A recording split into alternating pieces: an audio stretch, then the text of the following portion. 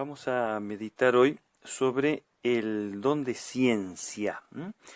Don de ciencia que es un hábito infundido en la inteligencia. Acá ya empezamos a distinguir. Y este hábito nos sirve para juzgar las cosas de este mundo, obviamente, pero con relación a Dios. Esto es lo propio del don de ciencia. Es lo que San Ignacio de Loyola ponía en los ejercicios espirituales en el principio y fundamento. Cuando él habla del uso de las criaturas, dice, y tanto hemos de usar de ellas, cuanto nos lleven a Dios. Y tanto nos hemos de quitar de ellas, despegarnos, en tanto nos separen de Dios. Entonces, el principio y fundamento está, digamos, basado en esto, en el don de ciencia. Este don viene a perfeccionar, como dijimos siempre, un don viene a perfeccionar una virtud, en este caso la virtud de la fe, porque la fe es esta visión sobrenatural de las cosas. Veo las cosas, pero en su relación con Dios. Pero ¿cuál es la diferencia entre la virtud de la fe y el don de ciencia? Es que la virtud de la fe se logra por medio de la reflexión, de la meditación constante, sacando conclusiones de esas verdades que yo medito, haciendo un esfuerzo para dejarnos guiar por esa luz. Eso es justamente la virtud de la fe. Ahora bien, el don de ciencia, viene a ser como una especie de instinto sobrenatural. Un instinto que rápidamente me lleva a juzgar las cosas según Dios, ¿no? Este instinto lo han tenido muchos santos que, como dijimos vez pasada, por ejemplo, de Santa Teresita, no tenían muchos estudios teológicos. Vamos a ver cómo actuaba en Santa Catalina de Siena. Y este don de ciencia tiene dos facetas. Por un lado, nos hace encontrar las huellas de Dios en la creación. Esto es importantísimo, ¿no? Porque Dios ha creado las cosas con tanta armonía, con tanta belleza, se ha prodigado en colores, en sonidos, que están hechos para que el hombre diga, pero acá hay algo más, acá hay una inteligencia superior, acá hay una bondad superior, ¿no?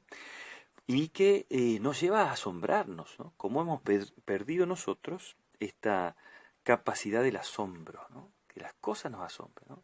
Tenemos tantos ejemplos en los santos, San Francisco de Asís, ¿no? Que lo hemos nombrado más de una vez, que le decía a las flores, basta, no me hablen más de Dios, ¿no? El mismo San Juan de la Cruz, que le gustaba mucho rezar en medio de la creación, ¿no? Por lo tanto, esta es una faceta del don de ciencia, que nos lleva a encontrar las huellitas de Dios en la creación. Pero a su vez nos lleva a la otra faceta, que es menospreciar las cosas, que parece un contrasentido, pero no lo es. Es decir, menospreciarlas por amor a Dios.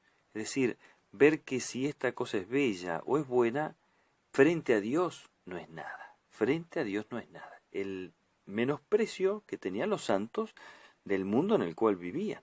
San Pablo va a decir, con respecto a esto, todo lo tengo por basura con tal de ganar a Cristo, ¿no? No es que él, como los maniqueos, decía, no, esto es material, horrible, aléjense de mí. No, sabía la bondad de las cosas, pero comparadas con Dios, las tenía por basura. Si tenía que elegir, evidentemente, se quedaba con Cristo.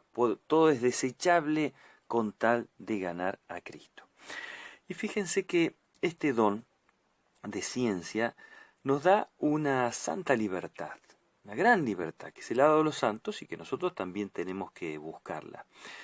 Y libertad con respecto a tres facetas nuestras. Libertad con respecto a las cosas que nos rodean, con respecto a las personas y con respecto a nosotros mismos. ¿Por qué con respecto a las cosas? Porque no nos vamos a deslumbrar con las cosas, sino que vamos a saber comerciar, ser santamente comerciantes. El Señor muchas veces va a poner este ejemplo, ¿no? Había un comerciante en perlas finas que encontró la de mayor valor y vendió todas, ¿no? Nosotros somos santamente comerciantes de las cosas para llegar a Dios. Entonces, saber no dejarnos atrapar por las cosas, sino desecharlas en la medida que no me sirvan para ir a Dios. Es lo que el Señor le va a proponer al joven rico, ¿no? Cuando le pregunta qué tengo que hacer para ser perfecto, el Señor le va a decir, vende todo lo que tienes, dalo a los pobres y sígueme. ¿Ven? Es decir, una relación de libertad con las cosas para poder seguir a Dios, ¿no? Libertad con las cosas. Pero también decíamos libertad con las personas, ¿no? Que eso nos cuesta inclusive un poquito más, porque nosotros juzgamos por apariencias, por apariencias. Como no vemos el corazón, como sí lo veían muchos santos, nosotros nos vemos las apariencias y muchas veces nos dejamos engañar por las personas o buscamos nosotros mismos, con un falso juicio, distintos criterios para acercarnos a las personas. Hay veces que decimos, no, esta persona es más importante porque tiene un cargo, o porque tiene una instrucción científica, o porque tiene dinero, o porque es conocido quizá, es decir, es un futbolista conocido, una actriz conocida. Entonces, ¿cuántas personas se acercan y buscan el contacto, el seguimiento de esas personas simplemente por las apariencias? Bueno, el don de ciencia me hace ser libre de eso, no engañarme, no perder tiempo, sino que me hace buscar en las personas realmente las que son santas, las que son virtuosas, las que me van a ayudar para ir al cielo. ¿Para qué voy a perder tiempo en seguir a alguien que solamente patea una pelota y recibe fortunas? Si puedo seguir a un santo, puedo seguir a un santo varón que camina por esta tierra y que me enseña a ser virtuoso, o a una persona sabia, a una persona de bien. Eso es lo que me hace buscar el don de ciencia, ¿no? Y también decíamos la libertad con nosotros mismos, ¿sí? Que es la base de la humildad, ¿sí? Saber perfectamente, tomar conciencia de qué somos nosotros, ¿no? Cuando el Señor te decía esa frase tan conocida, Santa Catalina de Siena, tú eres la que no eres, yo soy el que soy, ¿no? Entonces es la base justamente de la humildad. Nosotros tenemos dos obstáculos grandes en el mundo en el que vivimos para este don de ciencia. Por un lado, toda la generación que está anclada y como absorbida por la realidad virtual, ¿no? Nuestros chicos, nuestros jóvenes, que están metidos horas y horas en las cosas que no son reales. A través de una pantalla miran lo que ellos suponen que es la realidad. Por lo tanto, esa persona empieza a carecer de medios para ver la realidad. Y si no puede ver la realidad, no va a poder llegar a Dios. Fíjense qué cosa tremenda esta, ¿no? Vivimos en una sociedad que de a poquito se acostumbra a ver realidades virtuales, es decir, no son reales. Y no ve la realidad. Ha perdido la capacidad de asombro. Por lo tanto, un niño que lo único que hace es pasar todo el día frente a una pantalla, frente a un ordenador, frente al celular, al móvil, lo que sea, esa persona va a carecer de la facilidad para contactarse con la realidad. No va a pisar el césped, no va a sentir el aire en su rostro, no va a experimentar un atardecer, y en eso se va a perder la huella de Dios. Y por otro lado, el otro obstáculo es dejar que las cosas nos envuelvan, de ver solamente la dimensión humana, terrena de las cosas.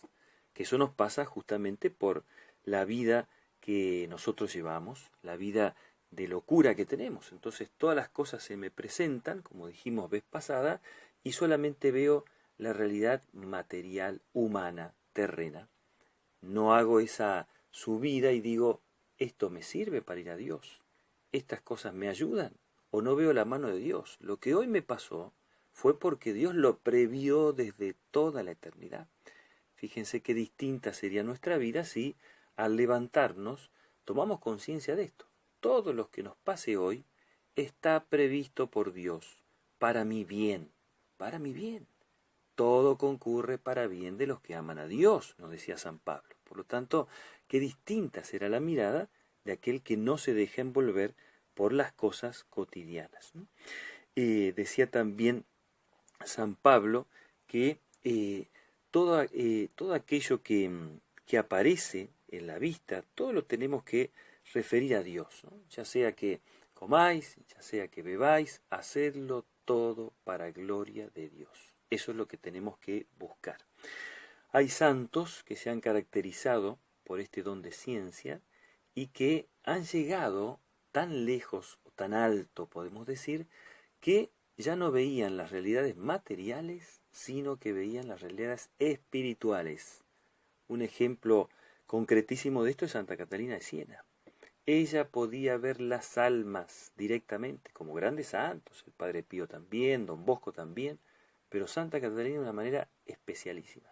Ya no le importaba la persona en sí, lo que era la persona externa, porque veía su alma.